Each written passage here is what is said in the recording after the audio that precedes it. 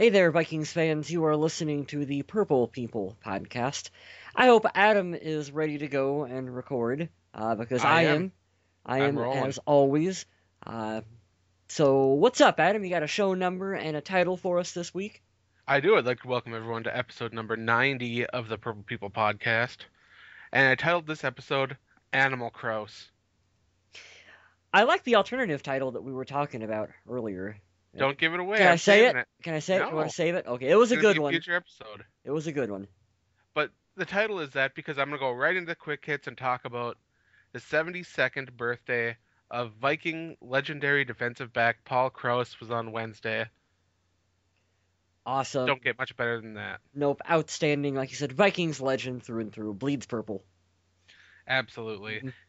Vikings fans, if you're not familiar with him, you gotta check out some of his work. Get that Vikings 50-year DVD. Hit YouTube. Do whatever you gotta do. Mhm. Get some video on him. You'll enjoy it. For the next quick hit, we got good news from Coach Zimmer. He said that Adrian Peterson is doing great following his surgery and that he should be on track to return for camp. Not that Peterson really participates in a lot of the stuff at camp, but What? who knows under the new coaching staff. It'll be important for him to be there because new offense, new coaches, new all that. So I've got to get acclimated to it. But at the end of the day, like you said, it's Adrian Peterson. We know that he's gonna show up and he'll be good and ready to go. And I'm no one should be surprised that he's recovered as quickly as he has from the little injury bug that bit him there at the end of the season. Wouldn't it be crazy if he had to come back from his surgery and then beat out whatever rookie they draft? Oh geez, what kind of strange Like alternative open reality would competition. that be? That'd be fun. Yeah. If you've But been you know watching the what videos though? of the Met, oh, Wait, go ahead. let's pause for a minute. What makes a great player great, like Adrian Peterson, is he goes into camp, even though he's Adrian and the spot is his, like he's going in with the mindset of I'm gonna beat out the other guys Oh yeah. because that's the kind of player he is, and that's what makes him so special. I don't know if there's anybody else on the Vikings team that works as hard as he does. No, I don't think there is. In Metrodome news, the Metrodome's nearly all the way down now. They took down the upper ring. It's so weird to see the stadium going down.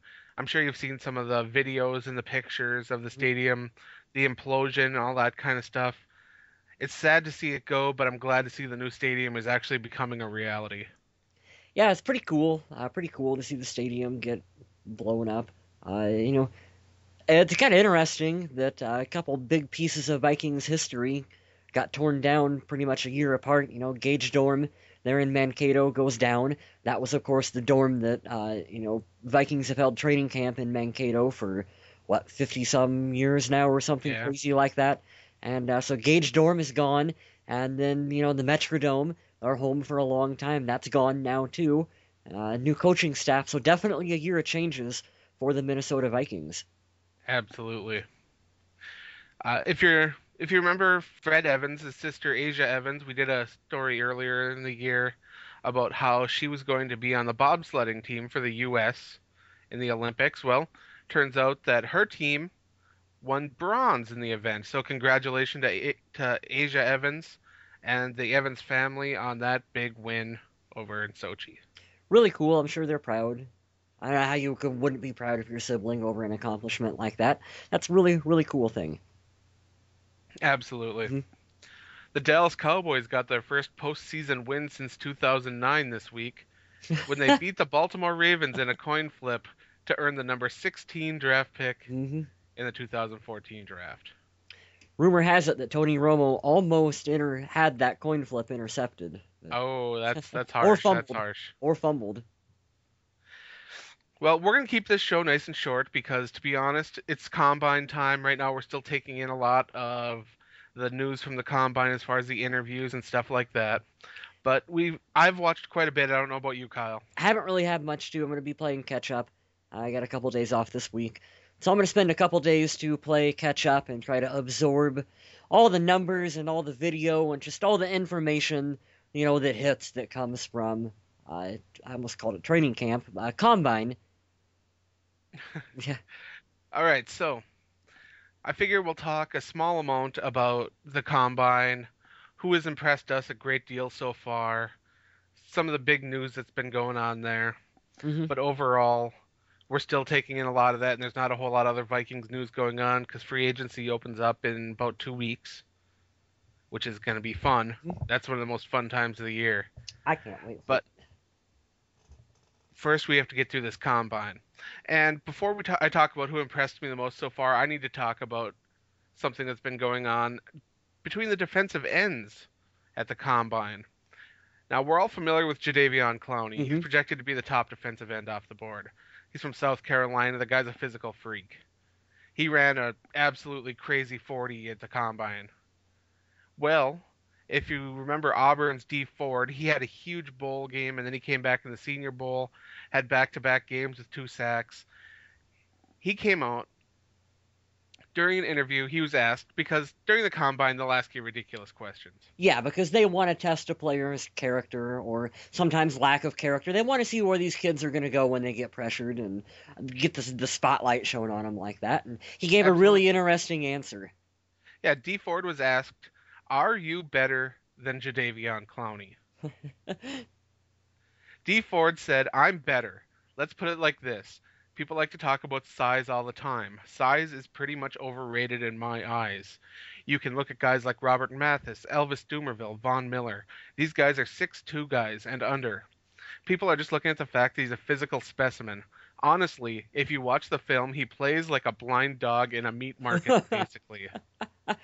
uh, well, Now, I don't know if you've heard that quote yet, I Kyle. had heard that. I was watching the end of NFL Total Access or scouting coverage or something on the NFL Network, and they were talking about that, and they actually had, I think it was Clowney up on stage, Yep. and they were kind of doing back and forth about it. So I had actually heard that quote prior to this.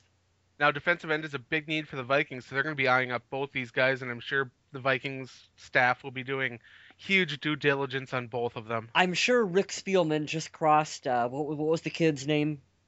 D Ford. D Ford. I'm sure he just crossed D Ford off the board uh, Well, for that one. after D Ford gave that quote, another reporter came up to him and Uh, asked him again, how about those what you said about Clowney? Did you really mean that? And D Ford replied, "When I rely on my athleticism rather than bringing the technical aspects, uh-huh. the fundamental part, watch film, become a great pass rusher, I become a blind dog in a meat market. When I watch Jadavion, that's what I see. He's Uh-huh. 6'6", 240, and he just plays. But at the end of the day, does that make you a great pass rusher? Or a better pass rusher than me? No, we're not saying that dog can't run. We're just saying he can't find the meat." It's an interesting series of quotes from him. And like I said, he was doing a bit of damage control on Total Access tonight. And you could tell that he was probably coached up by an agent or whatever saying, hey, look, the media's grabbed this quote and they're gonna turn it into something. They're gonna try to put a spin on it. So you go out there and do a bit of damage control and make up for it. And uh, it's one of those things where I can understand about half of it. The part where he's talking about player size. Just because you're a big guy doesn't necessarily mean that that's going to translate to the field. Just because you're a smaller guy doesn't mean that, that's going to automatically rule you out. Look at Joe. But the Look, blind look. dog in a meat market stuff. That's the part where it lost me. Is It's that a like catchphrase? Is that a phrase somewhere? Do people say that? I don't know, but I think he'd be smart to copyright it and put it on some T-shirts. He should. He should smack a copyright on that and just run with it. Yeah, definitely. But like we But said, you can be undersized and you can play defense and you can make a hell of a career out of it. Look at John Randall. John Randall, here's a guy who comes in who's undersized, and look at the impact that he had with the Minnesota Vikings. So that's the part of his quote where I get where he's coming from with it. And then it's like he just kind of goes off, and it's hard to tell what he actually meant or how much of a personal jab it was or not. But that's what makes part of the combine fun. You get it's stuff like that. it shows a lot of character too Yeah. because like we talked about last week with he who will not be named, sometimes confidence and Uh-huh. arrogance there's a fine line between. And I think Auburn's D Ford might have crossed that line to a lot of managers and scouts when he said these kind of things, and maybe I don't know. I'm not sure. We'll have to wait and see to the draft because what people are saying now doesn't mean anything. No. It's when the teams decide to use their draft pick on a player that speaks volumes. Hmm. So for now, the speculation is out there that whether or not any of this stuff will have any effect on the draft position, who knows? But it's been entertaining, that's for sure. Oh, I'm sure that it will. This will have an effect. That one quote will have an effect on him negatively by some teams. I remember reading someplace out there earlier this week that I think it was like 7 potential players that Rick Spielman and the Vikings have just kind of crossed off due to like Twitter act comments that were made over Twitter, different activity that they felt that there were character concerns that they had scratched them off their board. So teams like it's important what a player says and how they present themselves off the field. Like that that will, like I said, all it takes is maybe just that one or two quotes to come out and they can get scratched off a team. That's all it can take. Hmm. So I want to give my 3 most impressive players from the combine so far. Tim You don't Tebow. have to. You don't have to agree. Tim Heck, Tebow. you don't even have to like what I say. But hey, it's all about the underwear Olympics. This is all we got for football right now, so bear with us. The big riser on my list is Aaron Donald, the defensive tackle from Pittsburgh. He ran a 4.6840. It was the 5th fastest among the defensive linemen, but he also did 35 reps on the bench press, second highest. This is a guy who's aggressive, mean, gritty. There's questions when it comes to his total ability to be a technician, and there's questioning as far as his stamina, but there's no questioning his heart and his just raw power and nastiness. Hmm. And this is a guy that I think the Vikings will have to take a look at if he is there in the second round or if they end up trading down till late in the first. Sounds like my kind of player on defensive line. Big, strong, and fast. I like that combination. You can work with the rawness. You can teach him on that, but that's a good skill set to start out with. I'm trying to target players that the Vikings would realistically look at.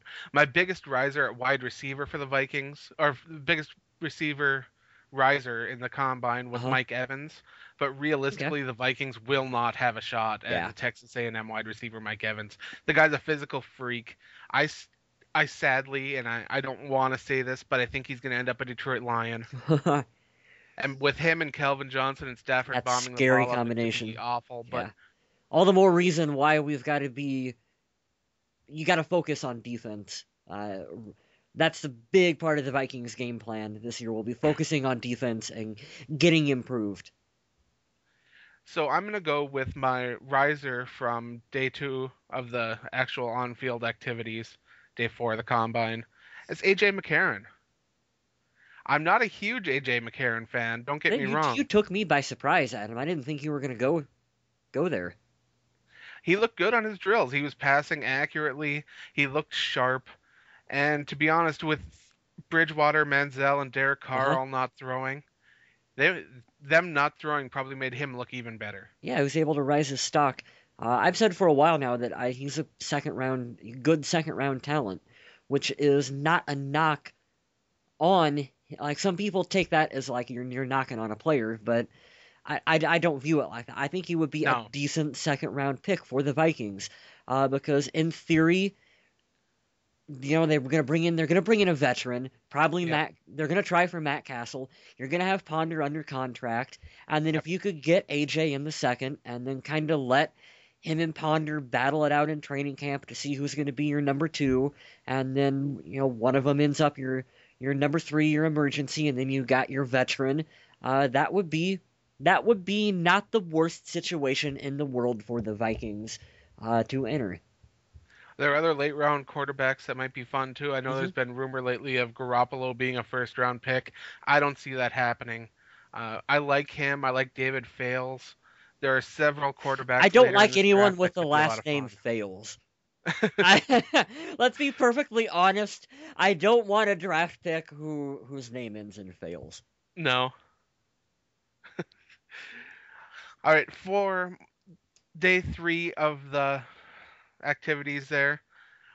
There were the tight ends and the offensive linemen. My number one person that impressed me the most was Greg Robinson from Auburn. The guy just flew off the tape at me when I was watching it. But like I said, he will be one of the top picks of this year's draft. Won't be available for the Vikings. So let's talk about a guy who could be a second or third round pick because the Vikings are looking for a swing tackle to replace Jamarcus Webb, or they've got to find one in free agency. So let's talk about Joel Bitonio, offensive tackle from Nevada. He's got he's a really athletic guy. He ran the 40 in 4.97, which is very fast for an For a offensive lineman, tackle. yeah, definitely.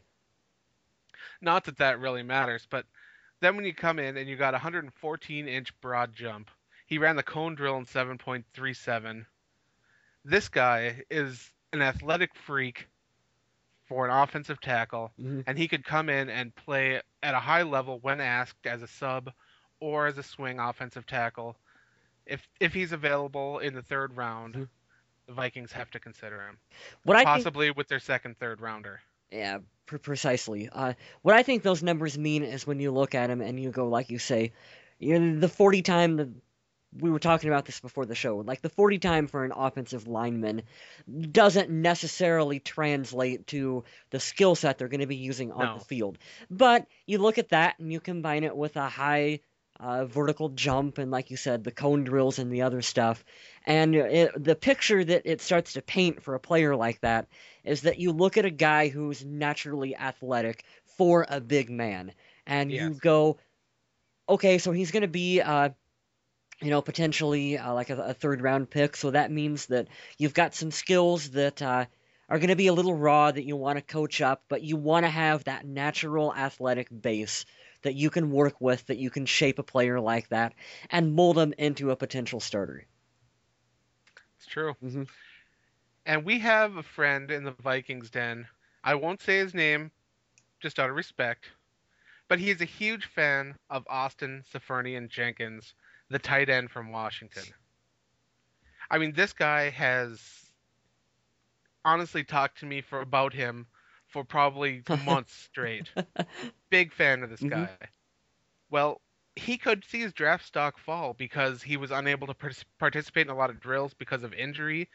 It's unsure as to whether or not he's going to be able to participate at Washington's Pro Day on April 2nd. Ooh, ouch. That hurts. If he can't take part in these drills, the Hmm. Vikings might see themselves in a position to draft a Gronkowski style tight end in Austin Seferian Jenkins later in the draft. Hmm. And I know that that would absolutely make his day. My my buddies from the Vikings den. I'm going to put you on the spot here, Adam. We know how Spielman loves his Notre Dame guys. Any Notre Dame guys on your radar? I know you've got a pretty big swath of players that you cover over on the VikingAge.com. There's a There's only one Notre Dame player that I really uh-huh. love, and he's an offensive tackle, so I don't see it happening. Yeah, no.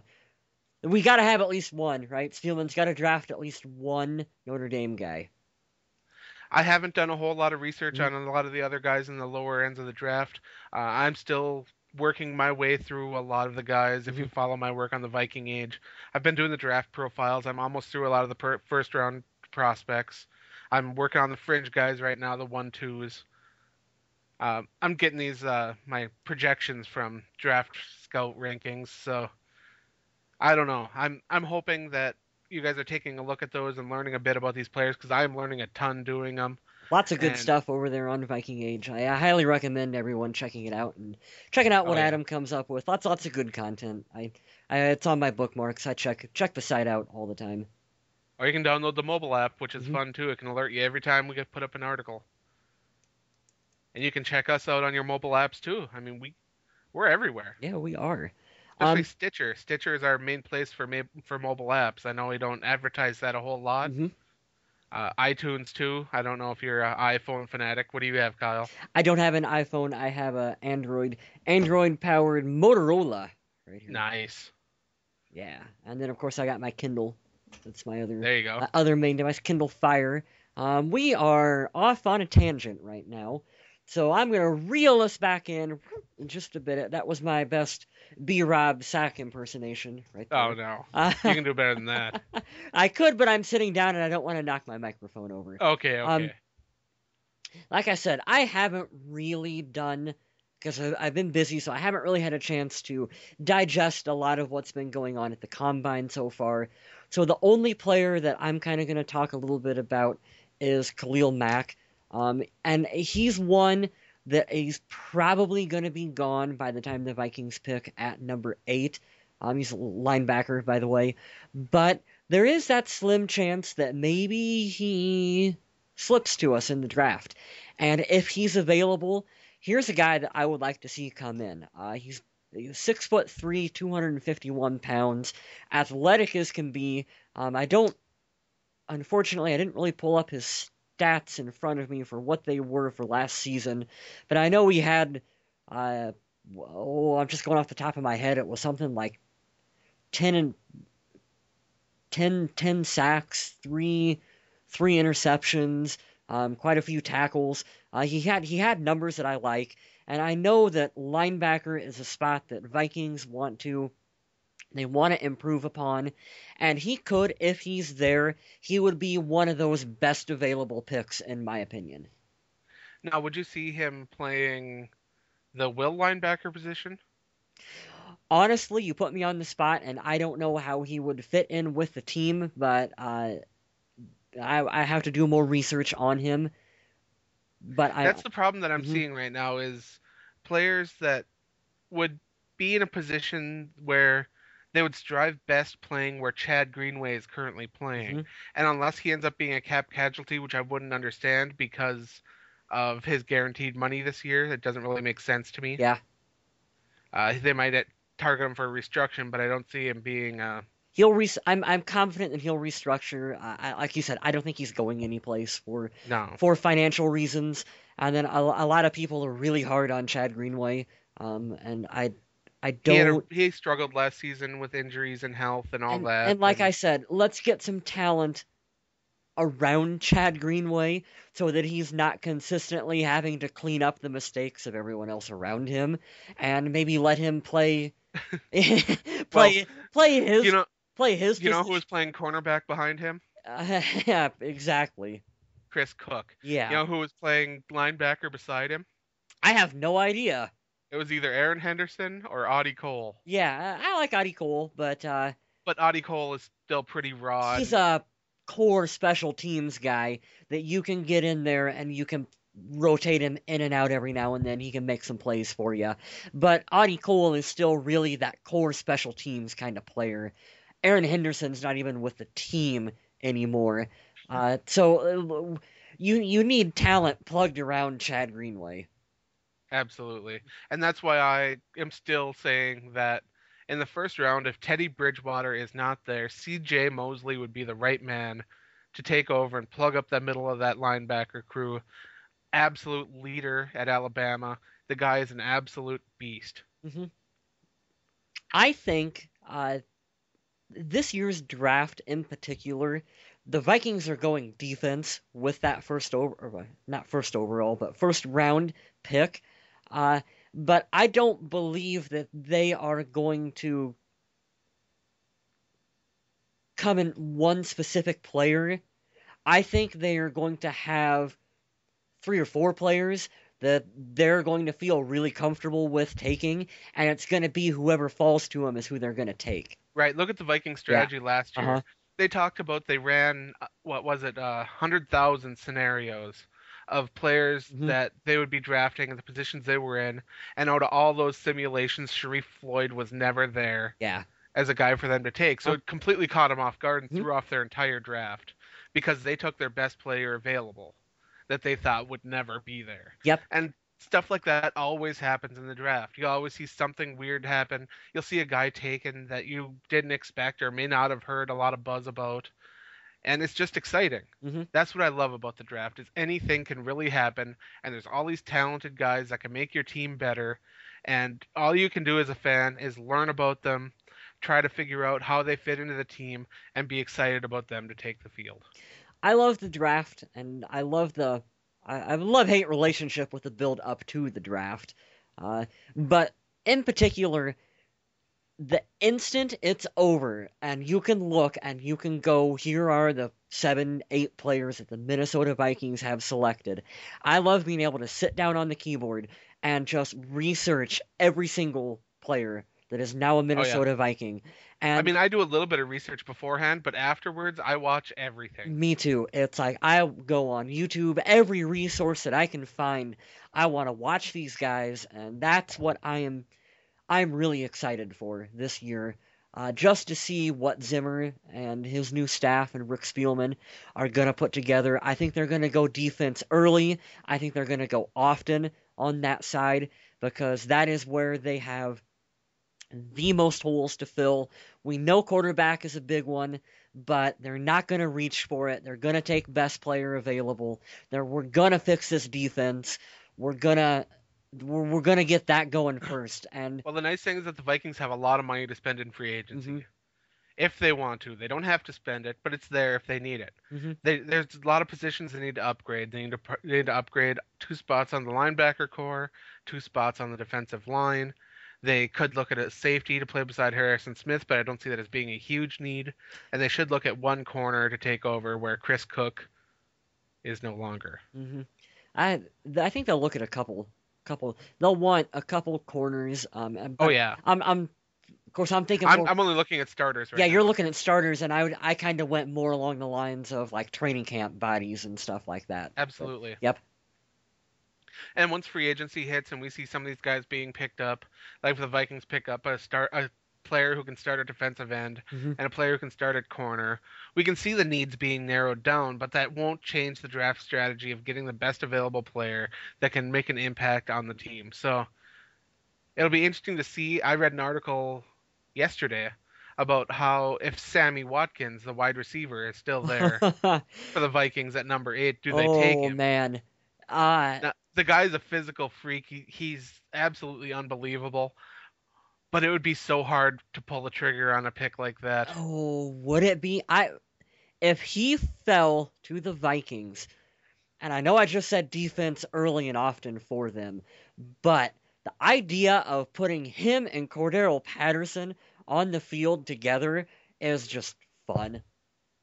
Isn't that just fun?